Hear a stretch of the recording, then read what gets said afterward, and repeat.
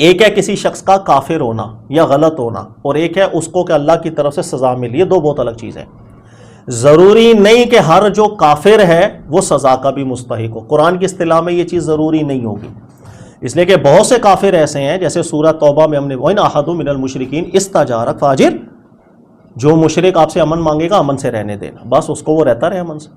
سورہ ممتحنہ میں قرآن کہتا ہے لا ينهاكم الله عن الذين لم يقاتلوكم في الدين ان تبروهم، کہ جو آپ سے لڑتا نہیں، فساد نہیں کرتا، بڑے طریقے سے آپ نے اچھے طریقے سے لائف اس کے ساتھ گزارنی ہے. تو ضروری نہیں کہ قرآن پاک ہر کافر کو کہتا ہے کہ میں نے عذاب دے دی، ایسا نہیں. وما يهلكنا الا قوم الظالم، اللہ کہتا ہے سزا کا مستحق صرف ظالم فسادی ہوتا ہے میرے پاس، اس کے علاوہ کوئی نہیں ہوتا. پھر اللہ نے قرآن میں ذکر کیا کہ القوا السلم، ہے نا، جو بھی تم پر امن پہ، وَإِن جَنَحُوا لِلسَّلْمِ، جو بھی کافر آ کر امن کی بات کر لے آپ سے، فَجْنَحْ لَهُ، امن دے دینا. امن پہ آ کے قرآن پہ سزا جاری نہیں کرتا. قرآن کہتا ہے نہ رک جاؤ، جینے کا حق دو اس کو، اور فساد ہے پھر مسئلہ ہو جائے. تو فساد ایک ایسا لفظ ہے، یاد رکھیے گا، وہ کافر کے اوپر بھی جب قرآن سزا جاری کرواتا ہے تو فساد کی علت دیکھتا ہے. یہ لفظ اپنے ذہن میں رکھیے گا. اس کو یوں بھی کہا جاتا ہے کہ قرآن پاک کو حل کرنے کے لیے، قرآن کی بڑی ابحاث کو حل کرنے کے لیے، فساد ایک ایسی چیز ہے جو ایک مرکز کی حیثیت رکھتی ہے. اس کے بغیر قرآن کی آواز سمجھ میں عام طور پہ نہیں آتی. بہت سی کافر، بھائی ایک جگہ قرآن کہہ رہا ہے کہ میں کافروں کو سزا دوں گا، دوسری جگہ اس کافر کو چھوڑ دینا، امن اس کو چھوڑ دے، یہ مشرک کو چھوڑ دینا، ان کے ساتھ بھلائی کے سلوک کے ساتھ رہنا. ابھی یہ کیا، اگر کافر کو ماننا ہے تو یہ بھی تو کافر ہے، مارو ان کو. نہیں جی، ایسا نہیں. اچھا پھر کئی جگہوں کے اوپر مسلمان ہے، ایک ایمان والا ہے، لیکن قرآن میں ہمیشہ جہنم میں ڈالوں گا اس کو. وَمَن يَقْتُلْ مُؤْمِنًا مُتَعَمِّدًا، قرآن کہتا ہے کہ جس نے ایک ایمان والے کو قتل کیا متعمدًا، جان بوجھ کر، بغیر عذر کے، اللہ نے فرمایا اس کا استحقاق ہے ہمیشہ کے لیے. ابھی یہ تو ایمان والا ہے، ہمیشہ میں جہنم کا کو. یہ بات کنفیوژن لگتی ہے کبھی کبھی، یار کیا ہو رہا ہے، کافر کے لیے جہنم ہمیشہ، ادھر مسلمان کے لیے بھی جہنم ہمیشہ. تو کچھ ابحاث ہے جس کے ایک مرکز ہوتا ہے، اور وہ مرکز ہمیشہ ذہن میں رکھیے گا فساد. ہمارے دین کو اتنا برا لگتا ہے، اللہ کو اتنا برا فساد لگتا ہے کہ پورے قرآن پاک کی ابحاث کا مرکز یہ بن جاتا ہے. ایک مرکز پیچھے بتایا آپ کو، صرف کفر عذاب کی نہیں ہوتی علت، کفر کے ساتھ فساد. جب فساد آتا ہے پھر عذاب کا استحقاق، ورنہ اللہ تعالیٰ نے جینے کا حق دے دیا یہاں پر. یہ تو ہو گیا کافروں کے حق کے اندر. اب آ جاؤ آپ ان لوگوں کے حق میں جو ایمان کا دعویٰ کرنے والے مسلمان، ان کے حق میں بھی قرآن پاک نے ذکر کیا الذین یسعون فی الارض فسادا، کہ تم میں سے بھی اگر کوئی فساد کا مرتکب ہوگا، اللہ نے فرمایا ان یقتلوا، حق یہ ہے کہ اس پر بھی سزا جاری کی جائے اور اسے بھی جینے کا حق چھین لیا جائے. اس سے شروع شرائط ہے کچھ، یعنی توبہ کی دعوت دی جائے گا، توبہ نہ کرے، اصلاح نہ کرے، فساد ہی ضد ہے تو پھر اس کو جینے کا حق نہیں، خلاص. اچھا پھر قیمتی بات اسی آیت کے آخر میں اللہ نے کہا ذالک لہم خزی فی الدنیا والآخرہ، یہ تو دنیا کی سزا ہے، آخرت میں بھی بچی ہے. یہی بات کافروں کے حق میں بھی قرآن کہتا ہے، ان کو دنیا میں سزا، آخرت میں سزا. جو کافر فسادی، یہاں سزا وہاں سزا. یہی بات مسلمانوں کے حق میں بھی قرآن نے کی. اگر فساد ان میں بھی آ جاتا ہے تو دنیا کی سزا کا بھی استحقاق، آخرت کی سزا کا بھی استحقاق. آپ غور کریں، فساد ایسی چیز ہے اس کے اندر آ کر کے دونوں سزائیں برابر برابر جانی شروع ہو جاتی. ان کے لیے بھی یہاں سزا وہاں سزا، یہاں سزا وہاں سزا. اچھا ان کے لیے وہاں سزا ہمیشہ جہنم والی، اس کے لیے بھی قرآن کہتا ہے وَمَن يَقْتُلْ مُؤْمِنًا مُتَعَمِّدًا، کیونکہ فساد کی سب سے بڑی چیز قتل ہوتی ہے. قتل تو جان ہی لے لی آپ نے، سب سے بڑا فساد یہ ہے. اللہ نے کہا فساد میں اگر متعمداً قتل کی طرف آپ چلے گئے فَجَزَاؤُهُ جَهَنَّمُ، پھر اس کی سزا کا استحقاق ہمیشہ جہنم بن جاتا ہے.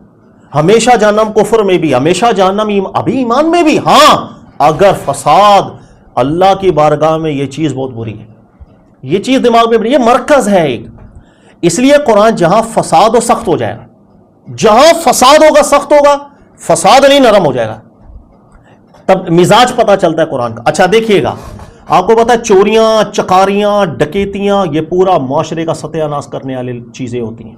قرآن سخت ہوگا، قرآن کہے گا کہ السارق والسارق فاقطعوا ایدیہما جزاء بما کسبا. ویسے اس آیت کو ہم تفصیل میں بعد میں حل کریں گے کہ یہاں فاقطعوا سے کیا مراد ہے، مسانی کیسے بنتا ہے، لیکن ابھی موٹی موٹی بات ہے کہ چور نہیں، قرآن نے کہا سخت سزا دو ان کو. معاشرے میں چوریاں شروع ہوگی، خلاص پھر ہر کوئی چوری کرے گا، ڈکیتیاں کرے گا. پھر آپ آج کل دیکھیں ماحول میں جیسے پاکستان میں ہوتا ہے کہ بھائی چھوٹے سے موبائل کو بھی کبھی کبھی چھیننے کے لیے آتے ہیں، سالے مار کے چلے جاتے ہیں. یہ لتیں بڑھتی ہیں، پھر چوری سے ڈکیتیوں کی طرف، پھر لوگوں کی جانیں حلوہ بن جائیں گی. اور مال، عزت، جان، یہ تین چیزیں ہوتی ہیں، چار چیزیں ہوتی ہیں: جان، عزت، دین، مال. میں لکھ دیتا ہوں: جان، مال، عزت اور دین. یہ چار چیزیں ہیں جن کے اوپر فساد برپا ہوتا ہے. پوری دنیا کھول کر کے آپ دیکھ لیں، یا جان پر فساد ہوتا ہے، یا مال کی وجہ سے ہوتا ہے، عزت کی وجہ سے ہوتا ہے، یا دین کی وجہ سے ہوتا ہے. یہ جیسے ابھی ایران کا مسئلہ چل رہا ہے، امریکہ کا، آپ اس کے پیچھے دیکھیں کیا مسئلہ ہے. آپ کو کوئی بیانات سے مل جاؤ، مجھے تیل چاہیے، مجھے فلاں 40 سال پہلے بھی وہ تقریریں مل گئی ہیں کہ مجھے یہ چیز چاہیے، کیونکہ تیل ایسی چیز ہے جو ذخیرہ تیل کا ہے نا، آپ کو پتہ ہے. ایسا جیسے اللہ نے کسی کے گھر میں درخت لگایا ہوا ہے پیسوں والا. میرے گھر میں ایک درخت لگا ہوا پیسوں والا، میرا جب دل کرے گا وہ پیسے، تو کتنے چاہیے؟ 500 روپیہ. یہ لے بھائی. کتنے چاہیے؟ اچھا میرے کو نیڈ ہے 1 لاکھ روپے کی. اوکے یہ لے جی. مفت کا درخت ہے. اللہ نے ایسی زمین سے وہ نکالی جاؤ دے جاؤ، پیسے لے جاؤ، نکالی جاؤ دے جاؤ. میں کیا کر رہا ہوں؟ نکال رہا ہوں، دے رہا ہوں. یہ ایسے جیسے کسی نے گھر پہ بورنگ کر لی، ایک دفعہ بورنگ کر لی اور پانی نکلی جا رہا ہے بیچی جا رہا ہے، نکلی جا رہا ہے بیچی جا، فری میں پیسے آئی جا رہے ہیں.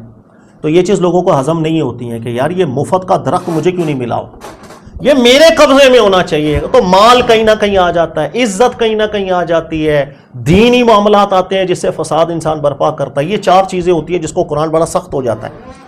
یہی وجہ ہے کہ قوم لوط آپ دیکھیں گے، قوم لوط ایمان نہیں لے کر آئی، لیکن قرآن نے اس کے فساد کو ذکر کیا ہے، کیونکہ فساد کے بغیر سزا نہیں دیتا قرآن. تو قرآن نے ذکر کیا. ان کا کیا تھا فساد؟ وہ عزت تھی.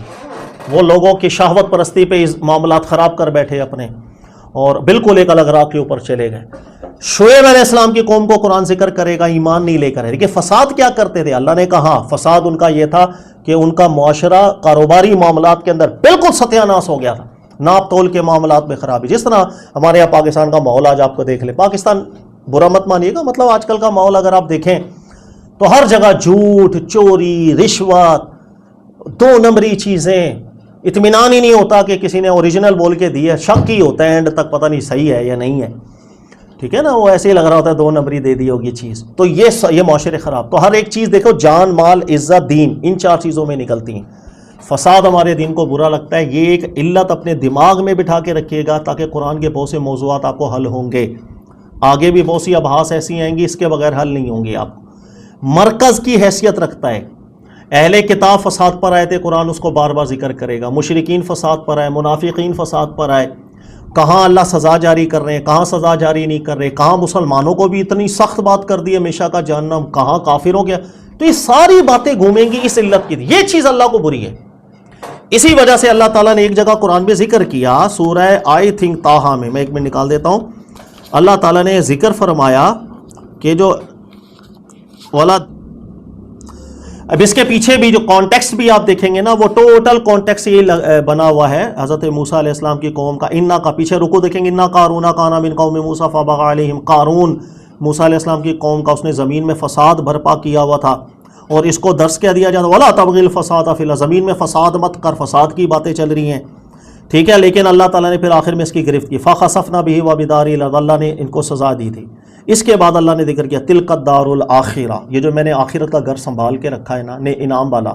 نَجْعَلُهَا، یہ میں نے رکھا ہے لِلَّذِينَ لَا يُرِيدُونَ عُلُوًّا فِي الْأَرْضِ وَلَا فَسَادًا، جو زمین پہ فساد نہیں کرتا. اب آپ کو سمجھ میں آ جائے گی بیٹا فساد. ہم لوگ اکثر کیا کرتے ہیں، ایمان کی بات کر کے آخرت، بابا ایمان ہے نا آخرت تیری ہو گئی. نو سر، آخرت قرآن نے ایک شرط اور لگائی ہے. ایمان کے ساتھ قرآن نے ایک شرط اور لگائی ہے، سب وہ ہے فسادی نہ ہونا آپ کا. اگر آپ ایمان رکھ کے فسادی ہوئے پڑے ہیں، اللہ نے تو نص کی ہے کہ میں نے فسادیوں کے لیے نہیں رکھا ہوا معاملہ. ہم کہاں کا دل مطمئن کر کے بیٹھے ہیں. فساد بری چیز. اسی لیے جب ایک مومن ہو کر کسی نے قتل کر دیا، اللہ نے کہا ہمیشہ جہنم. یہ آیت آج تک حل نہیں ہوئی. یار ہمیشہ جہنم کیوں ہو گئی؟ مسلمان کے لیے ہمیشہ جہنم نہیں ہو سکتی.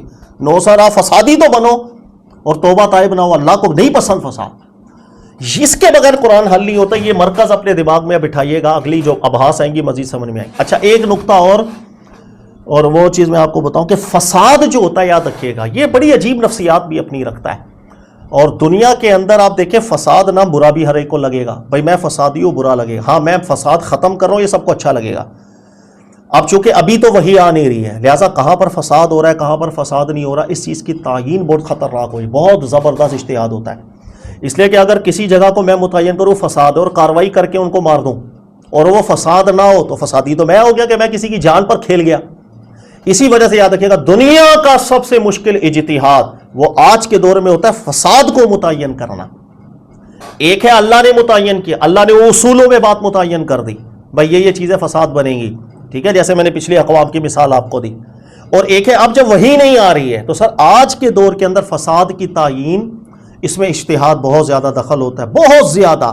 لیکن بدقسمتی یہ ہوتی ہے کہ ہم گھر میں بیٹھتے ہیں کمرے میں خود متعین کرتے ہیں یہ فساد یہ فلانا, یا جیسے آج کل بھی آپ نے صورتحال دیکھی ہوگی ایران کی جنگ چل رہی, وہ بحث ہو رہی ہے, اور بحث اہل علم کر رہے ہیں, مطلب اللہ تعالیٰ اجر عطا فرمائے, اپنی طرف سے صحیح بات کر رہے ہوں گے, اللہ ثواب دے. لیکن وہ بھائی ایران یہاں فسادی ہے, کوئی کہے گا نہیں فلانا فسادی ہے فلانا فسادی. سر آپ بہت احتیاط رہتے ہیں یہاں پہ. میں اس کی چند مثالیں آپ کو دیتا ہوں. فساد ایسی چیز ہے کہ اس کے اوپر لوگوں کی آپ کو ہمدردیاں مل جاتی ہیں. میں بولوں یہ فسادی ہے اور میں اس کے خلاف ایکشن لے رہا ہوں تو آپ لوگوں کا ساتھ مجھے مل جائے گا, سپورٹ مجھے مل جائے گا بآسانی. دنیا میں دو طرح کے طبقے ہیں, فسادی, امن پسند. ہر فسادی کا نعرہ ہوتا ہے کہ میں امن پسند ہوں. یہ ایک نفسیاتی گیم ہے, اس کو قرآن نے بڑی اچھی طرح ذکر کیا. میں مثال سے سمجھاتا ہوں, دیکھیے گا.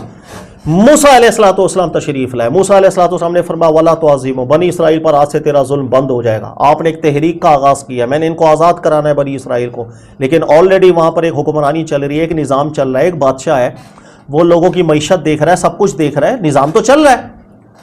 اب ہوا یہاں پر یہ کہ موسیٰ علیہ السلام فرما رہے تھے کہ اللہ نے مجھے کہا کہ انہو طغی, فرعون فسادی ہے, فرعون نے فساد کر دیا. یذبحون ابناءکم, بچوں کو مارتا ہے, ذبح کر, فرعون فسادی ہے. لیکن فرعون والے کیا نعرہ لگا رہے تھے آپ کو معلوم ہے؟ فرعون نے اپنے جب مشاورت کیا کرتا تھا اس کے ساتھی فرعون کو کہ یار تو اس کے خلاف ایکشن کیوں نہیں لے رہا؟ یہ موسیٰ کریم علیہ السلام اور ان کی جماعت, انہوں نے زمین میں فساد برپا کیا ہوا ہے, تو ان فسادیوں کو کیوں نہیں مار رہا؟ یہ الفاظ قرآن نے ذکر کیے. اَتَذَرُ مُوسَىٰ وَقَوْمَهُ لِيُفْسِدُوا, تم موسیٰ علیہ السلام کو, موسیٰ علیہ السلام کی قوم کو کیوں چھوڑا بھائی؟ فرعون زمین میں فساد برپا کر کے رکھا ہوا ہے, ایک اچھا بھلا نظام چل رہا ہے, ایک بندہ کھڑا ہو گیا کہ میں بنی اسرائیل کو آزاد کرواؤں گا اور یہاں سے لے کے چلا جاؤں گا, پورا نظام خراب کر دیا. تو موسیٰ علیہ السلام پر الزام لگا دیا تھا فساد کا. اسی لیے بعد میں کیا فیصلہ ہوا؟ ذرونی اقتل موسیٰ, ہاں ہمارا فیصلہ ہے کہ اب ہم چلتے ہیں موسیٰ علیہ السلام کو قتل کرواتے ہیں, یہ فسادی ہے. دونوں طرف سے نعرہ ایک ہی لگ رہا ہے. غور کر رہے ہیں, موسیٰ علیہ السلام کیا فرما رہے ہیں یہ فسادی ہے, اور فرعون اور اس کا پورا عملہ کہہ رہا ہے موسیٰ علیہ السلام فسادی. نعرہ ایک ہی لگے گا پوری, یہ نفسیات قرآن نے کھینچی. اچھا اس کے بعد کیا ہوا؟ ہم تو کہتے ہیں موسیٰ علیہ السلام وہی سے فرما رہے تھے وہ فسادی, لیکن وہ تو نہیں وہی کو مان رہے تھے نا, وہاں تو صرف یہ ڈائلوگ تھا بھیا ہم فسادی ہیں وہ فسادی, بات ایک ٹھیک ہے. ان کے پاس اپنے سغرے کبرے ملے ہوئے ہیں, بھائی ایک حکمران ہے, ایک پورا نظام چل رہا ہے, چلتے نظام کے اندر کوئی کھڑا ہو کے بغاوت کر رہا ہے تو فسادی تو یہ ہوئے. لیکن موسیٰ علیہ السلام فرما رہے فسادی یہ ہوا. یہ چیز چل رہی ہے آگے. اچھا ایک اور چیز قرآن پاک میں دیکھیں, اللہ نے بیان کیا وَإِذَا قِيلَ لَهُمْ لَا تُفْسِدُوا فِي الْأَرْضِ, جب بھی فسادیوں سے کہا جاتا ہے نا زمین میں فساد نہ کرو, قَالُوا إِنَّمَا نَحْنُ مُصْلِحُونَ, وہ آگے سے کہتے ہیں کہ ہم تو فساد ختم کر رہے ہیں بھائی, ہم تو امن پسند ہے بھائی. جواب یہی ملے گا جب فسادیوں سے کہا جاؤ گے فساد نہ کرو, جواب ملے گا ارے ہم تو امن کر رہے ہیں, ہم کہاں فسادی ہیں.